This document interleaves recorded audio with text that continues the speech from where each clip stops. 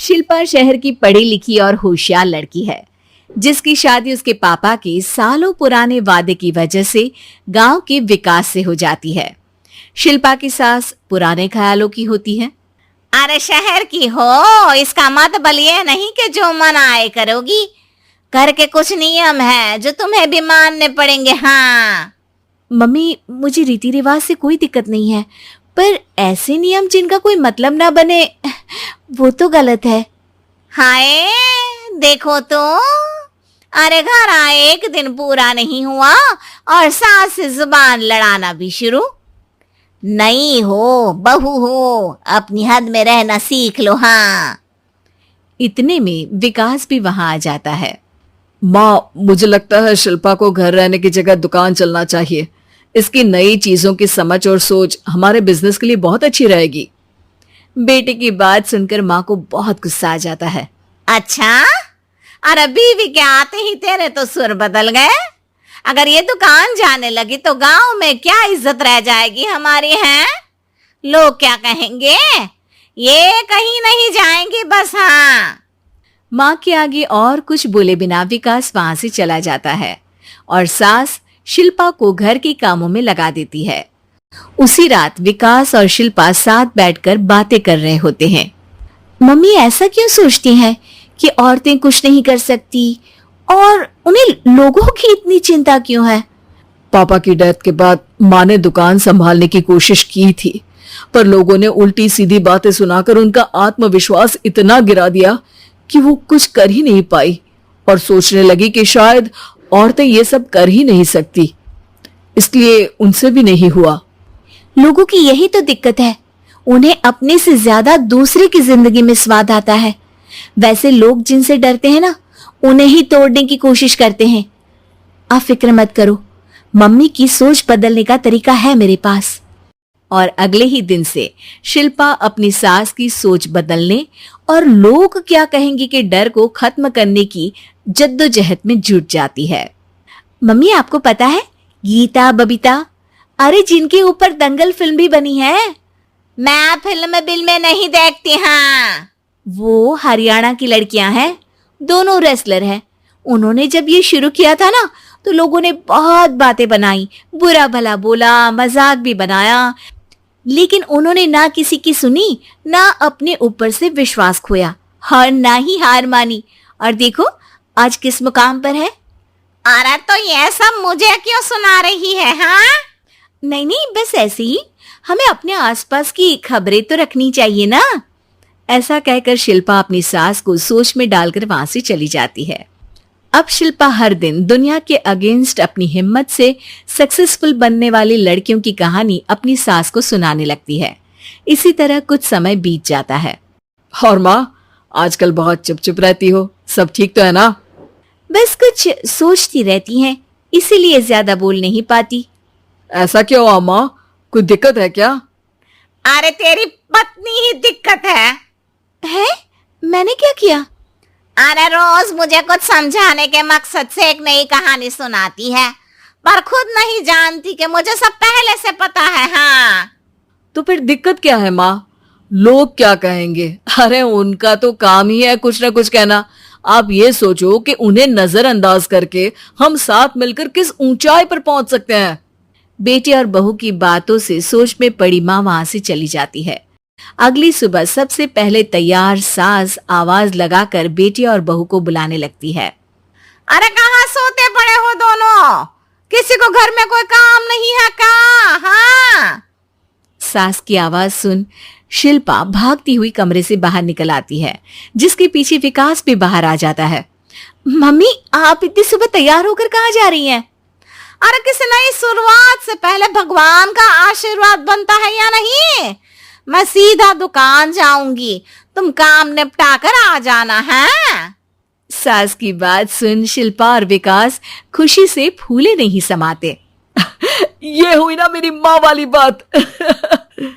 पूरा परिवार मिलकर दुकान पर काम करने लगता है, जिसमें विकास और उसकी माँ दुकान संभालते हैं, तो शिल्पा काम को ऑनलाइन डाल शहर और इंटरनेट का काम संभालने लगती है, जिसे देख गांव में लोगों के बीच गॉसिप शुरू होते देर नहीं लगती।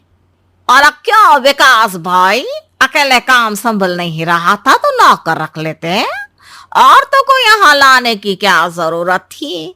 इन्हें घर में जो काम बोलो वो तो सही से करती नहीं, यहाँ आकर तो तुम्हें डुबा ही देंगी।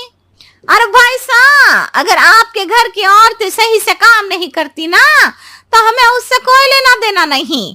यहाँ आपकी पंचायत के लिए किसी के पास समय नहीं है। हाँ, करारा जवाब सुन बातें सुनाने आए लोग मुंह लचकाए उल्टे पैर वापस चले जाते हैं। वाह मम्मी, ये तो अब दोबारा कभी भूल कर भी यहाँ नहीं आएंगे। I am so proud of you. अरे बहुत हुआ, हाँ काम पर लगो चलो। तीनों आपस में काम बांटकर अपने अपने काम पर लग जाते हैं। इसी तरह दिनों के साथ महीने बीतते हैं, जिसमें शिल्पा की पढ़ाई, विकास की मार्केट स्किल और सास की फाइनेंशियल मैनेजमेंट से उनकी दुकान बहुत अच्छा बड़ा बिजनेस बन जाता है, जो गांव के साथ साथ शहर में भी अच्छा खासा मशहूर हो जाता है। अरे सच ही कहते थे तुम दोनों, लोगों का तो काम ही होता है कहना।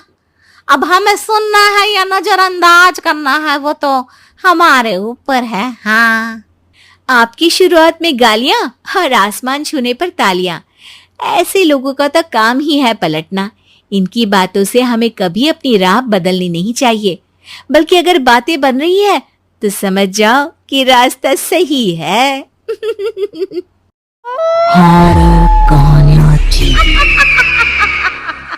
कौन थी वो? मैं 8 महीने की प्रेग्नेंट थी और अपनी डिलीवरी के लिए अपने मायके गई थी। माँ ने मुझे फोन पर बताया, घर के पीछे की तरफ जो खाली जमीन थी ना, वहां पर एक नया कमरा बनवा लिया है। इतने सालों के बाद जैसे ही अपने घर में कदम रखा, कुछ अलग सा लगा। माँ, ये घर के पीछे की तरफ नया कमरा बनवाने की क्या जरूरत थी? अरे बेटा, घर के पीछे दूर दूर तक खाली जमीन है। तेरे पापा को कई दिनों से लग रहा था कि यहाँ पर एक कमरा बनवा लेंगे तो ताजा हवा मिल जाया करेगी। अब तो ये सब छोड़ और चल जल्दी से दूध पी ले। माँ, मैं थोड़ी देर में पी लूंगी, आप सो जाओ। मैंने दूध का गिलास उठाकर उस खिड़की में रख दिया। पता नहीं कब आंख लग गई। अचानक से खिड़की के पल्लों के खड़कने की तेज आवाज आई। दूध का गिलास धड़ाम से जमीन पर आ गिरा। जमीन पर गिरते ही दूध का रंग लाल हो चुका था। मैंने खिड़की से झांक कर बाहर देखा।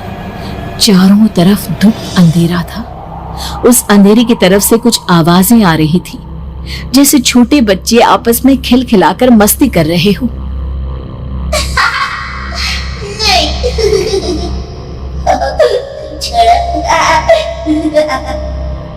इतनी रात को इतने घनघोर अंधेरे में बच्चों की आवाज कैसे आ रही है?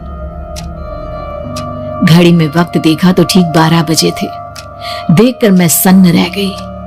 बुरी आत्माओं और भूतों की कई कहानियां मैं सुन चुकी थी। वक्त भी कुछ ऐसा ही था। ऊपर से मैं प्रेग्नेंट। सुना था कि ऐसे वक्त में अक्सर बुरी आत्माएं औरतों का पीछा करती है, तो क्या मेरे पीछे भी? पसीने से तरबतर बड़ी मुश्किल से, जैसे कांपते हाथों से मैंने उस खिड़की को बंद किया। जल्दी से जल्दी उस कमरे से बाहर निकलकर माँ के पास जाने के बारे में सोचा, लेकिन जैसे ही दरवाजे की तरफ पलटी, लगा कोई साया हवा की स्पीड से दरवाजे के सामने से गुजर गया। मेरे गले में अटक कर रह गई। मैं जोर से चीख कर माँ को बुलाना चाहती थी, लेकिन वो आवाज खुद मेरे कानों तक नहीं पहुंच पा रही थी। तो माँ तक कैसे पहुंचती? खिड़की के पल्ले एक बार फिर तेज हवा के झोंके से धड़ाम करके खुल गया और पूरी ताकत से मैं चीख पड़ी। जानती थी मेरी चीख की आवाज सुनकर कुछ ही सेकंड में माँ वहां पहुंच जाएगी, लेकिन ऐसा कुछ हुआ ही नहीं। मेरा कलेजा डर के मारे फटा जा रहा था। आखिर माँ ने मेरी आवाज क्यों नहीं सुनी? इतनी गहरी नींद में तो माँ कभी नहीं सोती। ठीक पीछे खुली हुई वो खिड़की। मुझ में इतनी ताकत नहीं बची थी कि मैं पलटकर उस तरफ देख भी सकूं। हवा का एक सनसनाता हुआ झोंका उसी वक्त मेरे कानों से आकर टकराया। लगा जैसे किसी ने दबी हुई आवाज में धीरे से मुझसे कहा, चली जाओ यहाँ से। मैंने दोनों हाथ अपने कानों पर रख लिए और एक बार फिर ताकत लगाकर जोर से चीखने की कोशिश की।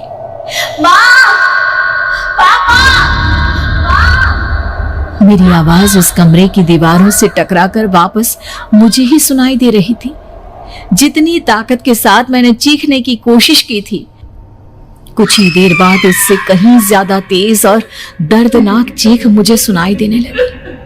ये आवाज ठीक मेरे पीछे खिड़की से आ रही थी। वो आवाज मेरे कानों में पिघलते हुए लोहे की तरह गिर रही थी। उन आवाजों में हैवानियत थी।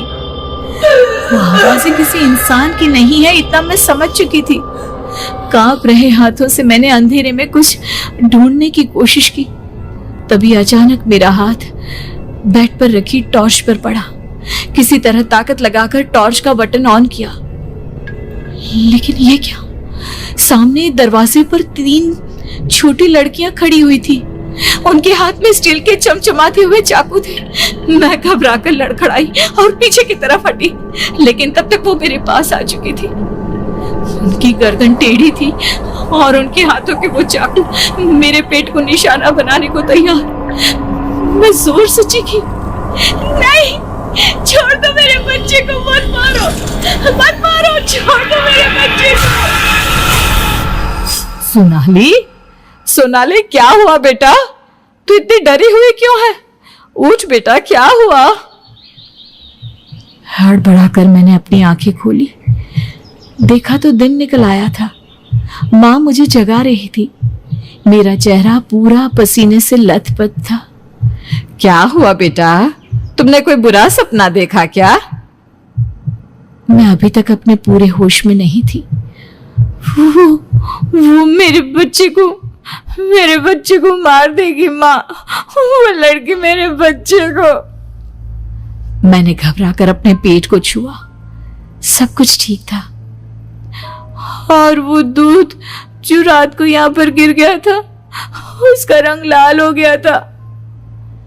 माँ ने हंसते हुए दूध का गिलास मुझे दिखाया। तुमने दूध पिया ही नहीं, पूरा का पूरा ऐसे ही रखा हुआ है। तुमसे कहा था ना सोनाली, सेहत के लिए लापरवाही ठीक नहीं बेटा। लेकिन मैंने तो सब कुछ अपनी खुली आंखों से देखा था। ये सपना कैसे हो सकता है? तो हमें उम्मीद है कि आपको हमारी ये कहानी पसंद आई होगी। कृपया हमारे चैनल को सब्सक्राइब करें और सभी अपडेट्स के लिए बेल आइकन जरूर दबाएं। और हाँ, वीडियो लाइक और शेयर करना मत भूलिएगा। Bye bye.